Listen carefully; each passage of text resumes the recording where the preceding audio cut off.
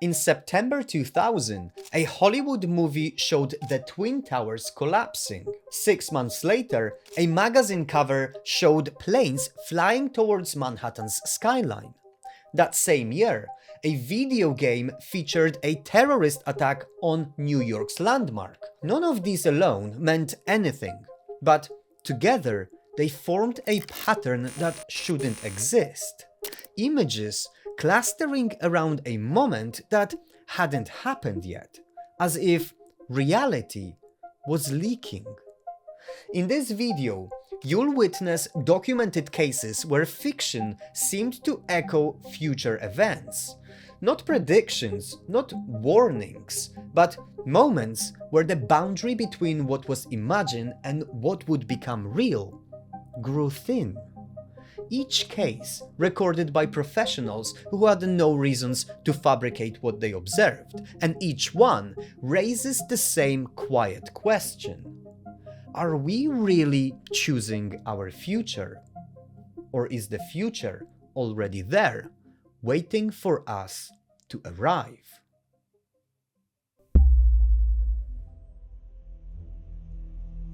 In the year 2000, a television series called The Lone Gunman aired its pilot episode.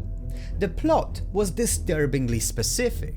A commercial airliner would be hijacked by remote control, flown directly into the World Trade Center. The motive? To increase defense spending through manufactured crisis. The episode aired in March 2001, 6 months before September 11th. The writers later said they chose the towers because they were obvious target, but that wasn't the only image. The same year, a hip-hop group called The Coup released an album. The cover showed two hands manipulating twin towers like chess pieces, one tower mid-explosion, the other about to fall. The album was titled Party Music. It was scheduled for release in September 2001. The date was moved after the attacks. Meanwhile, a video game called Deus Ex featured a New York skyline. But something was missing. The Twin Towers weren't there. When players asked why, developers explained it was due to memory limitations. The towers were simply too much data to render, so they were removed from a game whose storyline was set in the future but released in the year 2000. By itself, each image means completely nothing. Coincidence, creative choice, technical constraint. But documented together, they reveal something unsettling. These images didn't predict the event. They clustered around it, like ripples forming on water before the stone breaks the surface, as if September 11th existed as a fixed point in time, and the closer reality moved toward it, the more it began to show, bleeding through into music, movies, games, into the collective imagination, as if the timeline was already there, patiently waiting and preparing itself. Strangely, this wasn't the only time something like this appeared. In 1835, Mark Twain was born during the appearance of Halley's Comet. The comet is visible from Earth roughly once every 76 years. Its return in 1835 was recorded across Europe and North America. Twain's birth date, November 30th, 1835, coincided with that appearance. Decades later, near the end of his life, Twain began making an unusual remark to those around him. He said he expected to die when the comet returned, not as a metaphor, but literally. In 1909, when Halley's Comet scheduled to reappear the following year, Twain told friends, "I came in with Halley's Comet in 1835. It's coming again next year, and I expect to go out with it." He repeated this statement to multiple people. In April 1910, Halley's comet returned to Earth's skies. Twain died the following day, April 21st, 1910. There was no prolonged illness that clearly explained the timing, no medical crisis that aligned with the comet's arrival. His physician later remarked that his death appeared to come unexpectedly. It wasn't that Twain predicted his death, it was that his life appeared to unfold with a fixed boundary, a beginning and an ending aligned to the same celestial event, as if the endpoint had been written into timeline long before he reached it. And the strangest part is, he wasn't the only one who seemed to glimpse his own ending. A few days before his assassination, Abraham Lincoln described a vivid dream to his wife Mary and several cabinet members.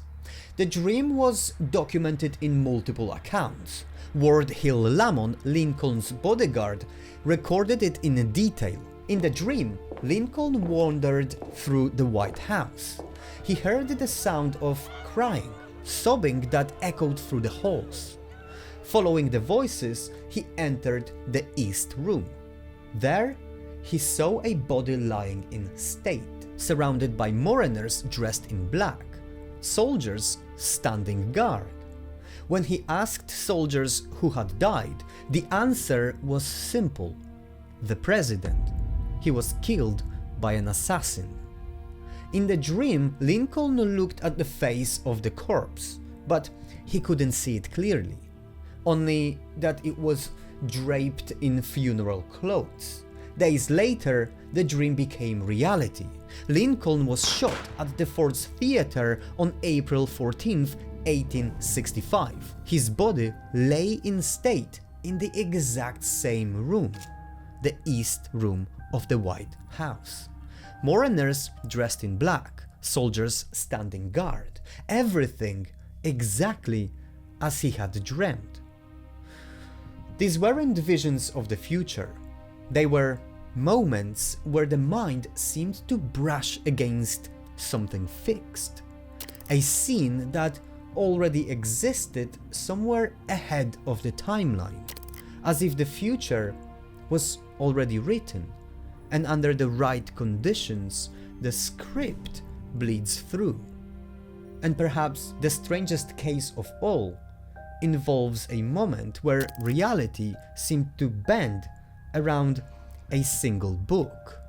In 1973, Anthony Hopkins was cast to play a character in film adaptation of The Girl from Petrovka, a story by George Pfeiffer about life in Soviet Russia.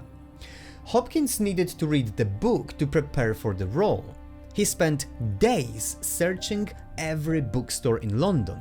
Foley's, Hatchard's, Blackwell's, sold out everywhere. The book had been popular, but copies were scarce. Frustrated, he gave up and took the train home. At Leicester Square station, waiting for his connection, he noticed something on the bench. A book, The Girl from Petrovka. The exact edition he'd been searching for endlessly. Hopkins later described the moment as impossible. London has 8 million people. What were the odds that this specific book would appear at this exact moment? But the story doesn't end there. 2 years later, during the film's production, Hopkins met George Pfeiffer, the book's author. During their conversation, Pfeiffer mentioned something strange. He had lost his personal copy of the book. Not just any copy, but his own annotated manuscript. The one with his personal notes in the margins, his handwriting throughout. He'd lost it somewhere in London years earlier. Never found it. Hopkins felt a chill. He pulled out the book he'd found on the bench, opened it to the first page. There, in the margins, were handwritten notes, Pfeiffer's notes. It was his lost copy. The author had lost his book in London. The actor who needed that exact book found it. Two strangers, connected by story that seemed to arrange its own discovery. Hopkins later said it felt less like coincidence and more like a universe had a sense of timing, as if some events didn't happen randomly, they happen when they're supposed to, when the story needs them the most. Three different stories, different decades, different continents, different people, and yet they all point towards the same unsettling possibility, that the future might not be something we move toward, but something that already exists, complete, finished, waiting, occasionally bleeding through into the present, through dreams that feel too real to dismiss, through fiction that echoes tomorrow with impossible precision, through coincidences that feel too orchestrated to be random. Maybe time isn't a river flowing in one direction. Maybe it's more like a script, already written, already complete. Every scene, every line, every ending already decided, and what we call the present is just our place in the story, the page we're currently reading, the scene we're currently playing. But sometimes, when the conditions are right, when the boundary between what is and what will be grows thin, we catch a glimpse of what's written ahead. The question isn't whether these moments mean something. The question is whether we're ready to accept what they're showing us. That our lives, our choices, our endings might not be as random as we think. That somewhere in a place beyond time, the script isn't being written. It's being read, line by line, exactly as it always was. And if the script really was written, then the next question is, who designed the stage?